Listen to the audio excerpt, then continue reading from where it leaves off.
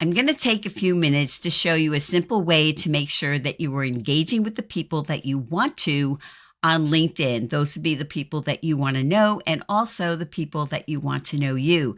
They might be friends. They might be some of your colleagues, people you, collaborate with. It might be potential clients or maybe potential employers, depending what your activity looks like on LinkedIn.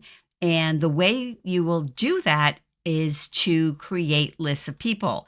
So sign on to LinkedIn, go up to the search bar and search for people.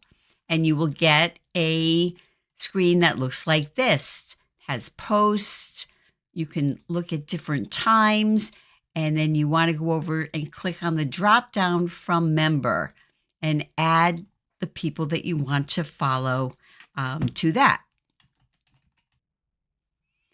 So I have gone in and just added a few of my friends, Jillian Whitney, Jeff Young, and Brenda Meller. Once you have your list, you can click on Show Results and choose looking at their content from the past 24 hours or the past week or the past month. So I'm going to go with the past week, Show Results, and here is the content from my friends on this list.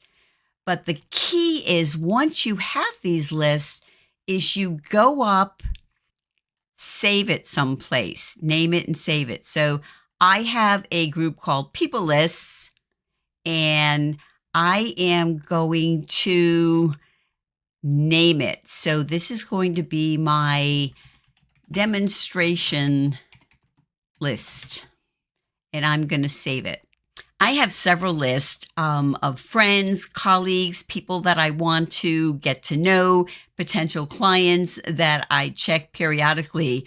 And it makes it very simple to go in and be strategic with my time.